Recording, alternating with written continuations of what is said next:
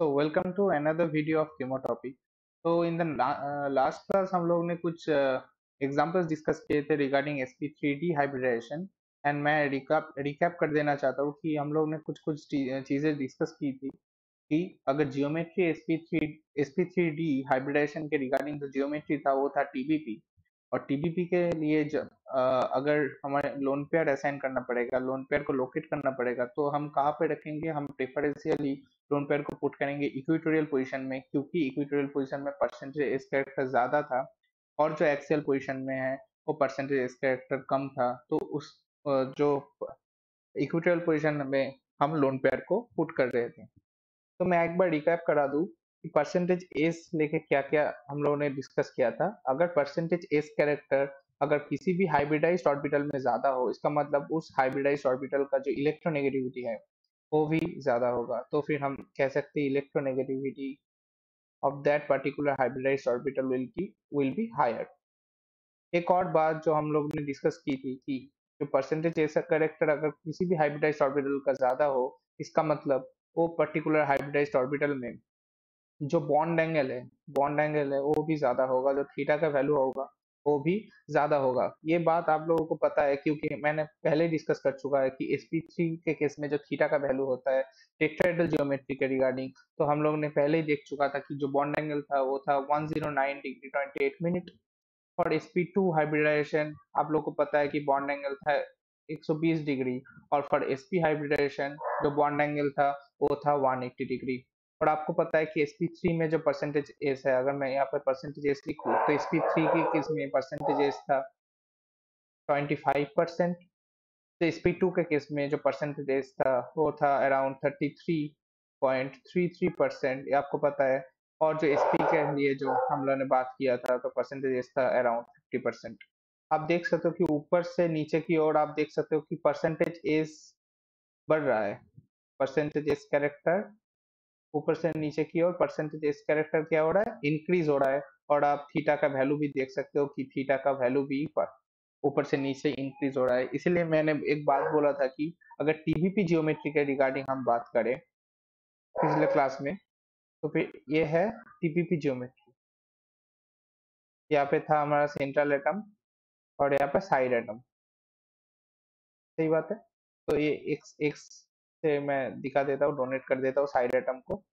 अगर हम एक पर्टिकुलर एग्जाम्पल की बात करें तो PCl5 आप पकड़ के चल सकते हो कि फॉस्फोरस क्या था? हमारा सेंट्रल एटम था और जो क्लोरीन था वो साइड एटम्स। तो 3 क्लोरीन यहाँ पे, एक ऊपर एक नीचे। तो यहाँ पे दो तरीके के बॉन्ड बॉन्ड एंगल थे। तो the two types of bond angles are axial and equatorial के बीच में जो बॉन्ड एंगल था 90 डिग्री, क्योंकि आपको पता है कि एक्सियल बॉन्ड क्या होता है तो इक्वेटोरियल प्लेन के परपेंडिकुलर में है, तो फिर ये वाला जो बॉन्ड एंगल है वो 90 डिग्री है। और दो इक्वेटोरियल बॉन्ड लेंथ के बीच में बॉन्ड्स के बीच में जो बॉन्ड एंगल है वो है 120 डिग्री। तो आपको देख के ही पता चल रहा है कि जो इक्वेटोरियल प्लेन में है उसका जो थीटा है, इक्वेटोरियल प्लेन में जो थीटा है वो ज्यादा है एक्सियल के रिगार्डिंग। इसलिए मैं बोल सकता हूँ कि इक्वेटोरियल में जो परसेंटेज है ये है थीटा के रिगार्डिंग में अगर बात करूँ तो इक्वेटोरियल केस में जो परसेंटेज एस है वो भी ज्यादा है। तो percentage S in equatorial is more then in percentage S in axial. ये कुछ बातें हम कह सकते हैं। तो फिर आगे बढ़ते हैं, हमारा डिस्कशन थोड़ा आगे ले जाते हैं और sp3d2 हाइब्रिडेशन के रिगार्डिंग हम बात करते हैं।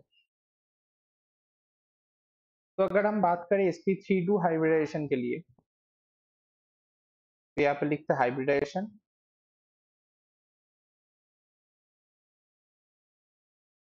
यहाँ पे लिखेंगे, सॉरी यहाँ पे हाइब्रिडेशन, ठीक है हाइब्रिडेशन, यहाँ पे लिखेंगे जियोमेट्री। तो फिर हम लोग ने अभी तक बात किया कि sp3 अगर हाइब्रिडेशन हो तो फिर जियोमेट्री होता है उसके रिगार्डिंग टेट्राहेड्रल। sp3d के लिए जो जियोमेट्री होता है वो होता है tbp, राइट। और आज हम बात करेंगे sp3d2 के केस में। तो sp3d2 अगर हाइब्रिडेशन है तो उसके रिगार्डिंग जो जियोमेट्री होगा वो होगा ऑक्टाहेड्रल। Octahedral, okay.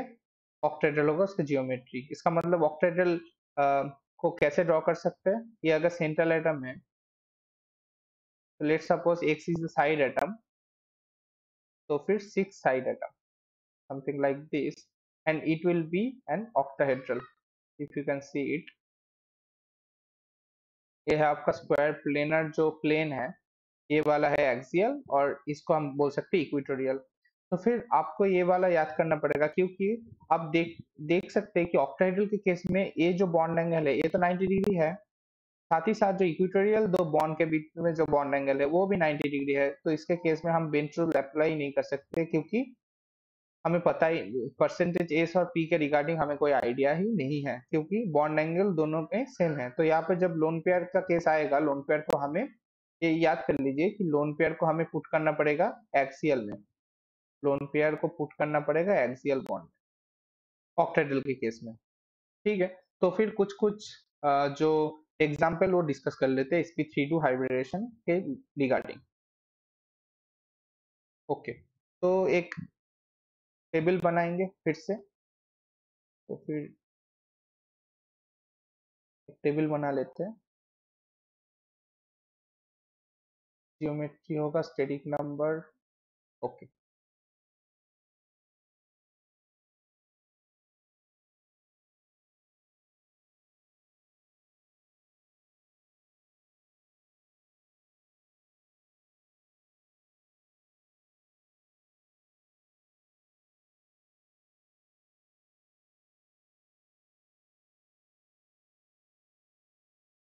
पहले वाला कॉलम को थोड़ा सा छोटा कर लेते हैं। यहाँ पे स्टेटिक नंबर कैलकुलेशन, यहाँ पे जियोमेट्री, और यहाँ पे स्ट्रक्चर। ठीक है, तो फिर पहले में क्या होगा, मॉलिक्यूल का नेम और chemical formula of that molecule. यहाँ पे स्टेटिक नंबर, आपको पता है स्टेटिक नंबर कैसे कैलकुलेट करते हैं, प्रीवियस लेक्चर में हम लोग ने डिस्कस किया था। तो मॉलिक्यूल, स्टेटिक नंबर, फिर यहाँ पे होगा करस्पॉन्डिंग जियोमेट्री, और यहाँ पे स्ट्रक्चर और शेप, स्ट्रक्चर और शेप। ओके, तो पहला एग्जांपल अगर हम डिस्कस करें, लेट मी सी कौन कौन से एग्जांपल है मेरे पास। तो sp3d2 के लिए जो पहला एग्जांपल है SF6। ठीक है, तो पहला जो मॉलिक्यूल है SF6। तो फिर हमें पता है स्टेटिक नंबर का फॉर्मूला क्या होता है, कि हमें पहले सेंट्रल एटम देखना पड़ेगा कौन है। SF6 में सल्फर है सेंट्रल एटम, तो फिर सेंट्रल एटम का वैलेंस इलेक्ट्रॉन हमें पता है, sulphur is in the oxygen series, तो ऑक्सीजन का वैलेंस इलेक्ट्रॉन 6 है, तो सल्फर का भी 6 ही होगा। तो 6 plus number of monovalent atoms, हमें पता है कि फ्लोरीन सिंगल बॉन्ड बॉन्ड बनाता है सेंट्रल एटम के साथ, कोई भी एटम के साथ, तो फिर 6 के 6 फ्लोरीन ही मोनोवैलेंट है, तो फिर 6। कोई भी चार्ज नहीं है, न्यूट्रल मॉलिक्यूल है, कुछ भी ऐड करने की रिक्वायरमेंट नहीं है, डिवाइड बाय 2। तो फिर हमें जो स्टेरिक नंबर मिलेगा 6। तो फिर जो 6 है, तो 6 के रिगार्डिंग जो हाइब्रिडेशन है वो आपको पता है क्या है, sp3d2 है, तो यहीं पे लिख लेते हैं हाइब्रिडेशन को भी। तो फिर जो हाइब्रिडेशन है वो है sp3d2, 1 3 4 एंड 2 6। जियोमेट्री क्या होगा, मैंने डिस्कस किया है अभी भी, कि जियोमेट्री होगा आपका ऑक्टाहेड्रल, सॉरी ऑक्टाहेड्रल। कैसे देखने को मिलेगा हमें SF6, बना लेते हैं यहाँ पे। तो फिर सल्फर है सेंट्रल एटम, फ्लोरीन है साइड एटम, 4 फ्लोरीन रहेगा यहाँ पर। तो फिर ये हमारा है इस square planar, square planar part है, और दो एक्सियली अटैच होगा, दो फ्लोरीन एटम, तो उसे भी दर्शा देते हैं यहाँ पर। तो फिर ये ऊपर वाला एक फ्लोरीन एटम है, नीचे वाला एक फ्लोरीन एटम, तो फिर ये ऑक्टाहेड्रल है, ज्योमेट्री है। हमें पता है कि यहाँ पे कोई भी लोन पेयर नहीं है, क्योंकि सल्फर का वैलेंस इलेक्ट्रॉन भी 6 और 6 के 6 यूटिलाइज हो गए 6 फ्लोरीन के साथ सिग्मा बॉन्ड फॉर्मेशन के लिए। तो फिर lone pair, number of lone pair क्या है यहाँ पर, अगर बात करें नंबर ऑफ लोन पेयर की अगर बात करें तो भी 0 है। और अगर लोन पेयर 0 हो जाए, सभी बॉन्ड पेयर हो गए, तो फिर मैंने एक बात बोला था कि शेप इक्वल्स टू जियोमेट्री हो जाएगा। तो फिर यहाँ पर जो शेप और स्ट्रक्चर वो भी क्या होगा, ऑक्टाहेड्रल ही होगा। तो फिर हमें जो शेप देखने को मिलेगा वो ऑक्टाहेड्रल ही देखने को मिलेगा। तो फिर इसी को हम, अरे अरे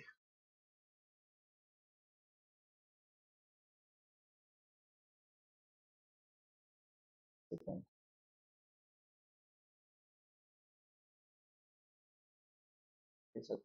ठीक है,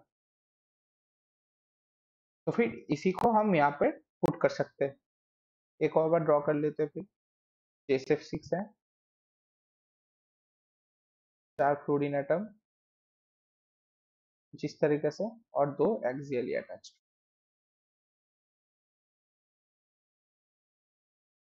फिर ये हो जाएगा हमारा शेप और स्ट्रक्चर, क्योंकि lone pairs equals to bond pairs है हमारा। नेक्स्ट एग्जांपल की ओर बढ़ते हैं। नेक्स्ट एग्जांपल, ओके, तो इसे ही कॉपी कर लेते हैं।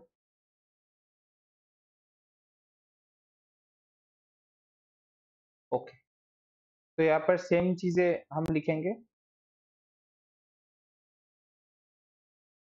यहाँ पे मॉलिक्यूल, स्टेरिक नंबर, हाइब्रिडेशन आपको पता है, मैं यहीं पे लिख दूंगा। करस्पॉन्डिंग जियोमेट्री, अगर हम बात कर रहे हैं sp3d2 के लिए, तो फिर जियोमेट्री जाहिर सी बात है ऑक्टेड्रल ही होगा। और यहाँ पे बात करेंगे शेप और स्ट्रक्चर, जो कि वेरी करेगा अगर लोन पेयर एटम आ जाए। सही बात है। तो फिर SF6 के रिगार्डिंग हम लोग ने देखा था कोई भी लोन पेयर नहीं था, तो फिर उसमें जो शेप और स्ट्रक्चर था वो जियोमेट्री से मैच कर गया, इक्वल हो गया। अब नेक्स्ट जो एग्जांपल के बारे में हम लोग डिस्कस करेंगे वो है IF5। तो फिर इसके रिगार्डिंग डिस्कस कर लेते हैं। I5 में I है सेंट्रल एटम, और हमें पता है हेलोजन का जो बैलेंस इलेक्ट्रॉन है वो 7 है, तो फिर 7 प्लस 6 फ्लोरीन है, सभी मोनोवैलेंट है प्रीवियस केस की तरह, तो फिर 7 प्लस 6 डिवाइड बाई 2। सही बात है। तो IF, sorry, the example is not IF6, it is IF5। Okay, this is IF5। तो फिर यहाँ पे 6 फ्लोरीन एटम नहीं है, 5 है। तो फिर स्टेरिक नंबर में ही 5 लिख देते हैं, तो फिर स्टेरिक नंबर हमें क्या मिलेगा, 6। इसके रिलेटेड जो हाइब्रिडेशन क्या आएगा, इसका मतलब स्टेरिक नंबर 6 के रिगार्डिंग हाइब्रिडेशन आएगा sp3d2 है। sp3d2 के लिए जियोमेट्री क्या है, ऑक्टाहेड्रल, आप सभी को पता है, ऑक्टाहेड्रल लिख दिया मैंने यहाँ पर। सही बात है। अब एक बात गौर कीजिएगा कि जो आयोडीन का जो वैलेंस इलेक्ट्रॉन है, valence electron of iodine is 7, और 5 फ्लोरीन के साथ इसने सिग्मा बॉन्ड फॉर्मेशन किया है। इसका मतलब 7 वैलेंस इलेक्ट्रॉन में से 5 इलेक्ट्रॉन इसने यूटिलाइज कर चुका है to form bond with 5 fluorine atoms. इसका मतलब उसके पास 2 इलेक्ट्रॉन एक्स्ट्रा अभी भी है आयोडीन के पास, और ये 2 इलेक्ट्रॉन मतलब क्या है, 1 लोन पेयर। इसका मतलब IF5 में एक लोन पेयर है, तो यहाँ पे लिख देंगे number of lone pair equals to 1। ठीक है, number of lone pair equals to 1। अब लोन पेयर को कहाँ पुट करना पड़ेगा, हमें पता है लोन पेयर को हमें एक्सियली पुट करना पड़ेगा ऑक्टाहेड्रल के लिए। तो फिर अगर यहाँ पे मैं स्ट्रक्चर को ड्रॉ करूँ, तो फिर I if if if if one axial and another one axial will be occupied by the lone pair of electron, तो फिर कुछ इस तरीके से हमें जियोमेट्री देखने को मिलेगा ऑक्टाहेड्रल। लेकिन अगर हम शेप और स्ट्रक्चर की बात करें, तो फिर उस केस में हम लोन पेयर को कंसीडर नहीं करेंगे, तो फिर ये देखने को कुछ ऐसा मिलेगा। अगर लोन पेयर को मैं अगर कंसीडर ना करूँ, तो फिर ये कुछ ऐसा देखने को मिलेगा। 4 फ्लोरीन तो चारों स्क्वायर प्लेन में ही है, और एक फ्लोरीन है हमारा एक्सियल पे, कुछ इस तरीके से। और अगर हम इस शेप के बारे में बात करें, तो ये कुछ ऐसा दिख रहा होगा। ये क्या है, एक स्क्वायर प्लेन है, ये है square plane, right, square plane है। लेकिन ऊपर एक फ्लोरीन के आने के लिए यहाँ पर एक पिरामिडल शेप आपको देखने को मिलेगा। कैसे देखने को मिलेगा, ये देखिए, it is kind of a pyramid, और ये है स्क्वायर प्लेनर। तो ओवरऑल इस शेप और स्ट्रक्चर को नाम हो जाता है स्क्वायर पिरामिडल। मैं यहाँ पे लिख देता हूँ स्क्वायर पिरामिडल। ओके, तो ये जो शेप और स्ट्रक्चर का नाम हो गया वो है क्या, स्क्वायर पिरामिडल। नेक्स्ट एग्जाम्पल को डिस्कस कर लेते हैं। सेम चीज इसके लिए भी लिखेंगे। क्या लिखेंगे यहाँ पर, मॉलिक्यूल, स्टेरिक नंबर, सही बात है, जियोमेट्री आपको पता है ऑक्टेड्रल ही होगा अगर हाइब्रिडेशन sp3d2 हुआ, और यहाँ पर शेप और स्ट्रक्चर दोनों सेम बात है। ओके, तो नेक्स्ट जो एग्जांपल हम डिस्कस करेंगे वो है XeF4। सही बात है, XeF4। तो बोलिए सेंट्रल एटम क्या है, यहाँ पर जेनॉन है। जेनॉन क्या है, इनर्ट गैस है, तो फिर जो वैलेंस इलेक्ट्रॉन 8 होगा, प्लस 4 के 4 fluorine, 4 he monovalent, divide by 2, कोई भी चार्ज नहीं, इसीलिए 8 प्लस 4 बाई 2 6। इसका मतलब जो हाइब्रिडाइजेशन है वो है sp3d2। जियोमेट्री क्या होगा, जियोमेट्री हो जाएगा ऑक्टाहेड्रल, अब सभी को पता है, तो फिर जियोमेट्री हो गया ऑक्टाहेड्रल। अब बात करते हैं नंबर ऑफ लोन पेयर्स।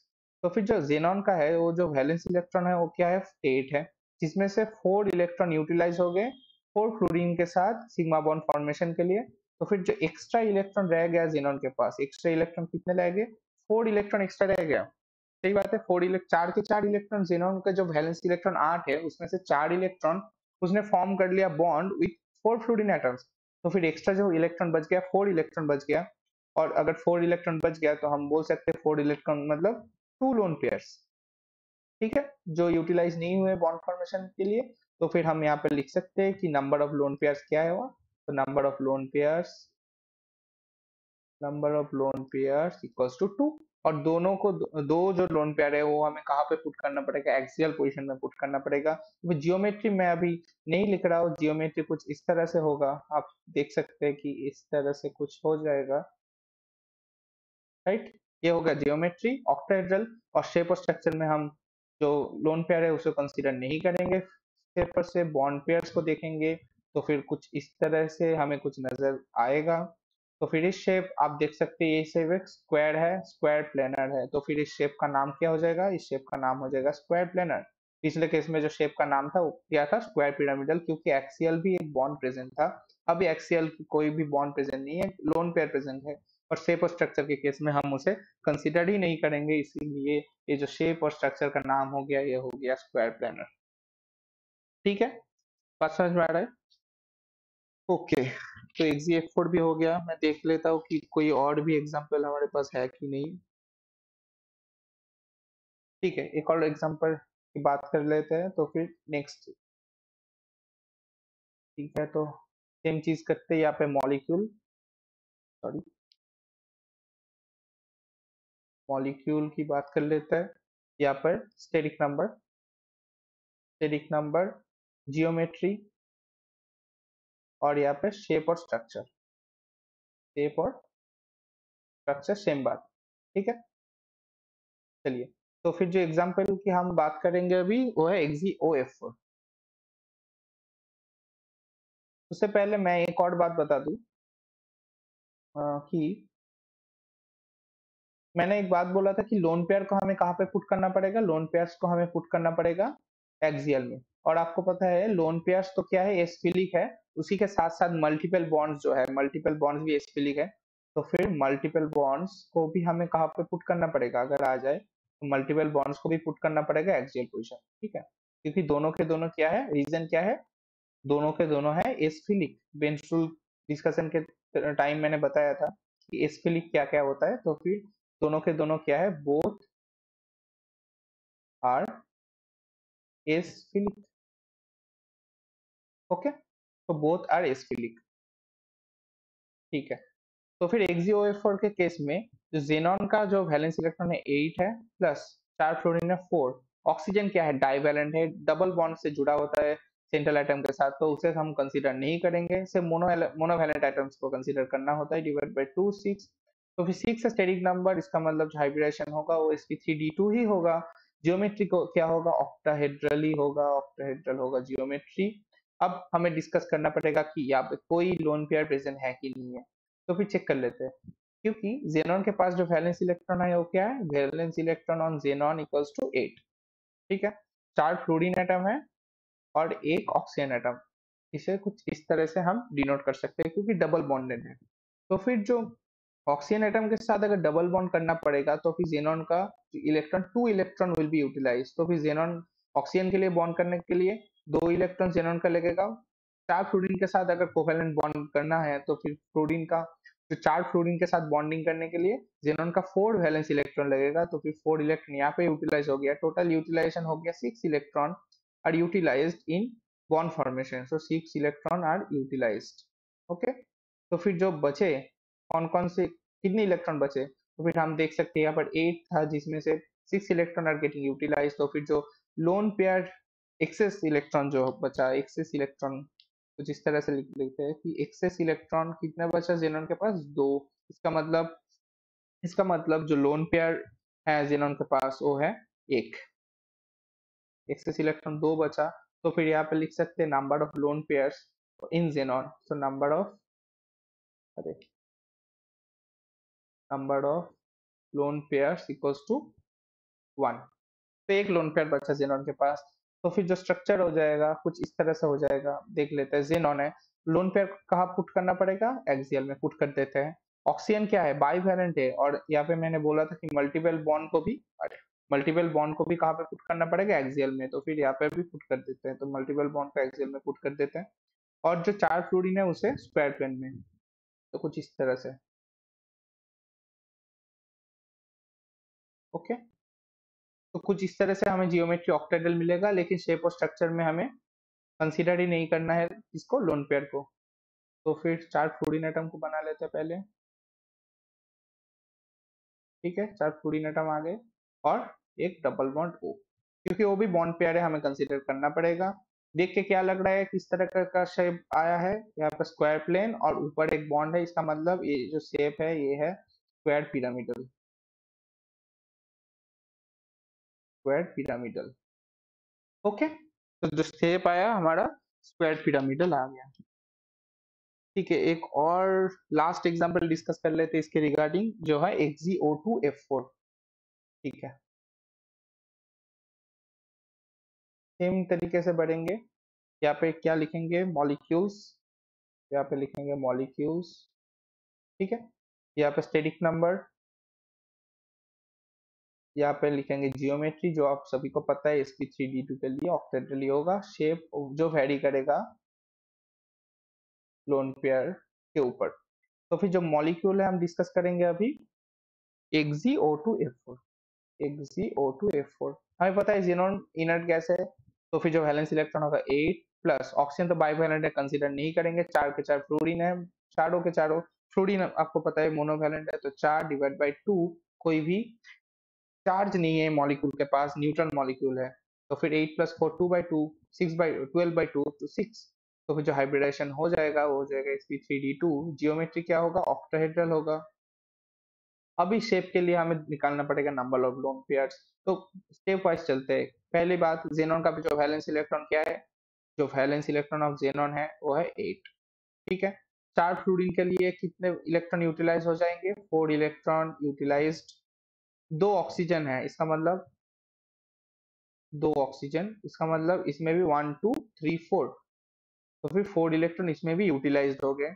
और 8 ही थे इस बेचारे के पास, जेनॉन के पास, तो फिर इसमें जो एक्सेस इलेक्ट्रॉन बचा, कुछ भी बचा क्या, नहीं, सभी के सभी बॉन्ड फॉर्मेशन में यूटिलाइज हो गए, तो एक्सेस इलेक्ट्रॉन कुछ भी नहीं भी बचा जेनॉन के केस में। तो फिर हम यहाँ पे बोल सकते हैं इजीली कि जो नंबर ऑफ लोन पेयर्स है, आपका जो नंबर ऑफ लोन पेयर्स है जीरो है। और आपको पता है अगर number of lone pair zero हो जाए, सबके सभी के सभी अगर बॉन्ड पेयर्स आ जाए, तो फिर उस केस में जियोमेट्री और शेप और स्ट्रक्चर में कोई भी अंतर नहीं रहता, सभी बराबर हो जाते हैं। तो फिर जो शेप और स्ट्रक्चर हो जाएगा इसके केस में, वो भी हो जाएगा आपका ऑक्टाहेड्रल। और कुछ कैसे दिखने को मिलेगा, या कैसे देखने को मिलेगा, तो कोई वो एक बार बना लेते हैं। तो जेनॉन है आपका, सेंट्रल एटम है जेनॉन, और जो ऑक्सीजन है वो बाईवैलेंट है, इसका मतलब मल्टीपल बॉन्ड, और हमें मल्टीपल बॉन्ड को कहाँ पे पुट करना पड़ेगा, लोन पेयर का सेम सेम फंडा है कि लोन पेयर्स को हमें एक्सियली पुट करना पड़ता है ऑक्टेड्रल के केस में। इसका मतलब जो मल्टीपल बॉन्ड है उसे भी हमें एक्सियली कुछ इस तरह से पुट करना पड़ेगा।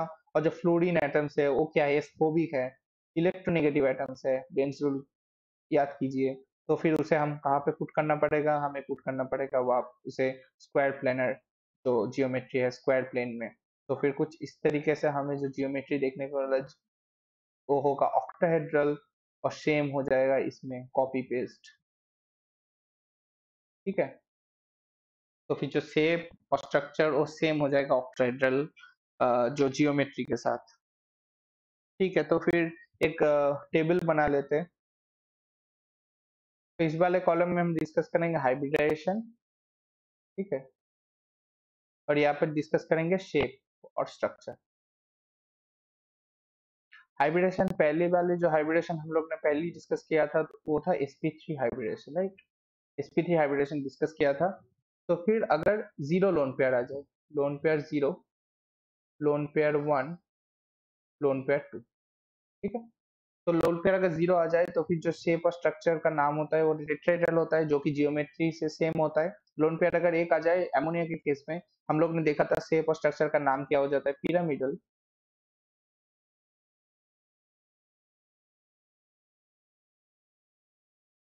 पिरामिडल। और अगर लोन पेयर दो लोन पेयर आ जाए वाटर मॉलिक्यूल के केस में, तो फिर जो स्ट्रक्चर हो जाता है वो हो जाता है एंगुलर और बेंट, ठीक है। अब बात करते हैं sp3d हाइब्रिडेशन के रिगार्डिंग। तो फिर अगर लोन पेयर जीरो आ जाए तो फिर जो जियोमेट्री होगा वही शेप हो जाएगा, इसका मतलब टीबीपी जियोमेट्री। लोन पेयर अगर एक हो जाए इसका मतलब हमें पुट का करना पड़ेगा इक्वेटोरियल पोजीशन में, और याद कीजिए जो शेप और स्ट्रक्चर निकल के आएगा वो होता है सी सॉ। तो फिर पुट कर देते हैं सी सॉ।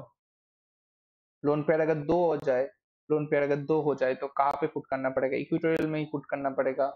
तो फिर जो स्ट्रक्चर आ जाएगा वो हो जाएगा टी शेप। याद कीजिएगा टी शेप स्ट्रक्चर, या फिर बना भी सकते हैं, या फिर बना के भी देख सकते हैं। और लोन पेयर अगर जीरो हो जाए, सॉरी, लोन पेयर अगर थ्री हो जाए, तीनों के तीनों को हमें इक्वेटोरियल पोजीशन में पुट करना पड़ेगा। तो फिर केबल और केबल दो एक्सियल बॉन्ड ही बचेंगे, और आपको पता है दो एक्सियल बॉन्ड के बीच में जो एंगल होता है वो 180 डिग्री होता है। इसका मतलब जो शेप निकल के आएगा वो हो जाएगा लीनियर शेप। नेक्स्ट हम लोग ने डिस्कस किया था sp3d2 हाइब्रिडेशन। तो फिर लोन पेयर अगर जीरो है तो फिर जो जियोमेट्री और शेप सेम हो जाएगा, तो फिर हो जाएगा ये ऑक्टाहेड्रल। सही बात है, ऑक्टाहेड्रल है। लोन पेयर अगर एक हो जाए, लोन पेयर एक हो जाए तो हमें पुट करना पड़ेगा एक्सियल पोजीशन पे। तो फिर जो शेप निकल के आया, हमारा जो शेप निकल के आया, तो फिर वो होगा पिरामिडल, स्क्वायर पिरामिडल शेप। सही बात है। और अगर लोन पेयर अगर दो हो जाए तो हमें पुट करना पड़ेगा एक्सियल में ही। तो फिर जो शेप निकल के आया, हमारा जो स्ट्रक्चर हमें मिला वो था स्क्वायर प्लेनर, ठीक है। तो that's it for the video, and in the next class we will discuss about the hybridization sp3d3.